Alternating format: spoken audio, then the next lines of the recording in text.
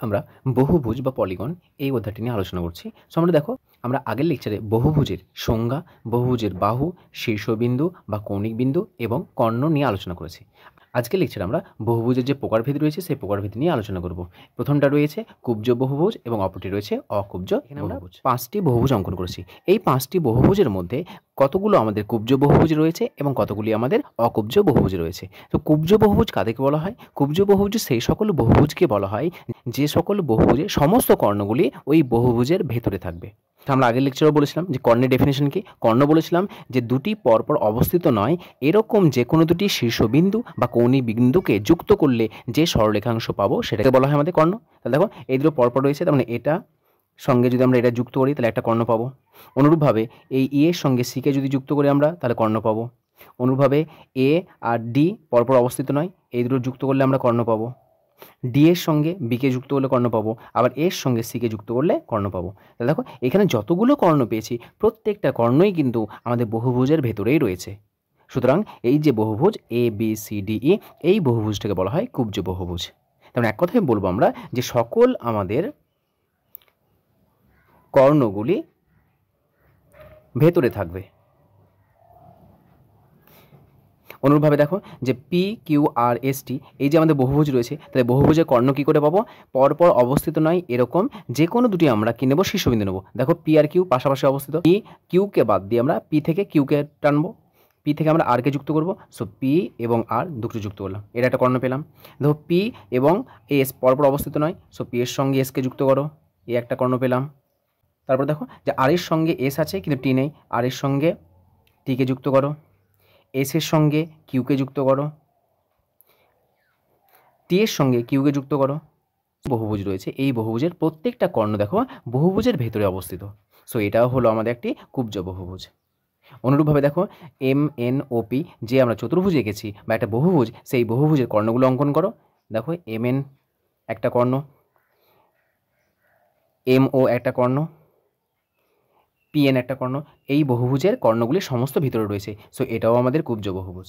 এবং আমাদের অকুব্জ বহুভুজ কাকে বলে? কুব্জ বহুভুজের ক্ষেত্রে সকল কর্ণগুলি বহুভুজের ভেতরে থাকবে, তাহলে সেই সকল বহুভুজকে কুব্জ বহুভুজ বলা হয়। এবং যদি কোনো বহুভুজের অন্ততপক্ষে একটি আমরা কর্ণ পাই যে কর্ণটি বহুভুজের বাইরে থাকে, তাহলে সেই বহুভুজকে আমাদের অকুব্জ বহুভুজ বলা হয়।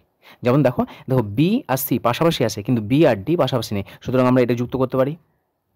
দেখো বিডিকে যুক্ত করলাম। আচ্ছা বলো তো, এই যে বিডি কর্ণ, সেই কর্ণ কি বহুভুজের ভেতরে আছে না বাইরে? যেহেতু বহুভুজের বাইরে রয়েছে, সুতরাং 4 নম্বর যে আমরা চিত্রটা অঙ্কন করেছি এটা হলো একটা অকুব্জ বহুভুজের উদাহরণ।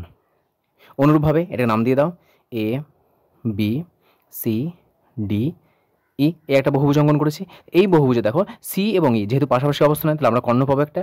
দেখো ই আর ইকে, ই আর সিকে যুক্ত করে দেখো কর্ণ পেয়েছি। এই কর্ণ দেখো আমাদের বহুভুজের কি রয়েছে? বাইরে অবস্থিত। সুতরাং এটাও হলো আমাদের একটা অকুব্জ বহুভুজের উদাহরণ। সুতরাং এখানে আমরা শুধুমাত্র এটা মনে রাখবো যে সকল বহুভুজের সমস্ত কর্ণগুলি বহুভুজের ভেতরে থাকে তাদের কুব্জ বহুভুজ বলা হয়, এবং যে সকল বহুভুজের অন্ততপক্ষে একটি কর্ণ আমরা পাই যে কর্ণটি বহুভুজের বাইরে অবস্থিত, তবে সেই বহুভুজকে আমাদের অকুব্জ বহুভুজ বলা হয়। এসো এবার আমরা কুব্জ বহুভুজ এবং অকুব্জ বহুভুজের সংজ্ঞাটা দেখি। সংজ্ঞা কি? যে বহুভুজের সমস্ত কর্ণগুলি বহুভুজটির ভেতরে বা বহুভুজাকৃতি ক্ষেত্রের ভেতরে থাকে তাকে কুব্জ বহুভুজ বলা হয়। যেমন দেখো এখানে একটা বহুভুজ অঙ্কন করেছি, এখানে একটা বহুভুজ অঙ্কন করেছি। এই দুটি বহুভুজের প্রত্যেকটা যতগুলো আমরা কর্ণ পাবো সমস্ত কর্ণগুলো দেখো বহুভুজের ভেতরেই থাকবে। এবং আমাদের অকুব্জ বহুভুজ কাদের বলা হচ্ছে? যে বহুভুজের অন্ততপক্ষে একটি বা কমপক্ষে একটি কর্ণ সেই বহুভুজাকৃতি ক্ষেত্রের বাইরে থাকে তাকে অকুব্জ বহুভুজ বলে। যেমন এখানে একটা ছবি অঙ্কন করেছি, দেখো এ একটা বহুভুজ এবং এ একটা বহুভুজ। এতে দেখো অন্ততপক্ষে একটা আমরা কর্ণ পেয়েছি যে কর্ণ বহুভুজের ভেতরে না থেকে বাইরে আছে।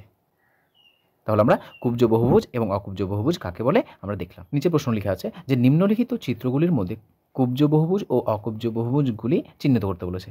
তো দেখো প্রথম নাম্বার চিত্র দেওয়া আছে, এই যে আমাদের চিত্র দেওয়া আছে এ বি সি ডি, একটা ট্র্যাপিজিয়াম দেওয়া আছে। এই ট্র্যাপিজিয়ামটি আমাদের কুব্জ বহুভুজ না অকুব্জ বহুভুজ? এখানে আমরা দেখো তুমি যতগুলোই কর্ণ অঙ্কন করো না কেন প্রত্যেকটা কর্ণ কিন্তু আমাদের দেখো ওই বহুভুজের মাঝেই অবস্থিত থাকবে বা ভেতরে থাকবে। তো এটা একটা কুব্জ বহুভুজ।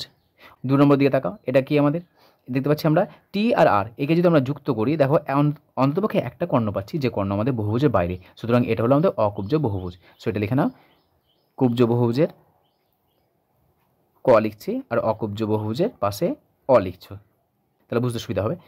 পরবর্তী দেখো P M M N O P, এটা একটা বহুভুজ দেওয়া আছে বা এটা একটা আয়তক্ষেত্র। তো আয়তক্ষেত্রে দেখো যে কর্ণগুলি পাচ্ছি সেই কর্ণগুলি অবশ্যই কী হচ্ছে, সেই বহুভুজের আমাদের ভেতরে অবস্থিত। সো এটা হলো আমাদের কুব্জ বহুভুজ। পরবর্তী দেখো একটা রম্বস অঙ্কন করেছি।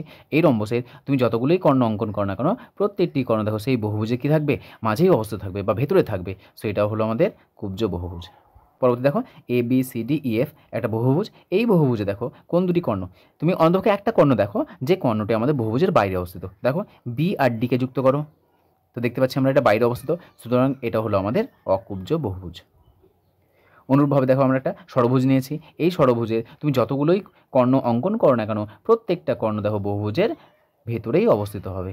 সুতরাং এটাও হলো আমাদের একটা কুব্জ বহুভুজের উদাহরণ। এবং আমরা কুব্জ বহুভুজ ও অকুব্জ বহুভুজ নিয়ে আলোচনা করলাম। এর পরবর্তী লেকচারে আমরা যে বহুভুজের অন্তঃকোণ রয়েছে, বহিঃকোণ রয়েছে, সেগুলো নিয়ে আলোচনা করব।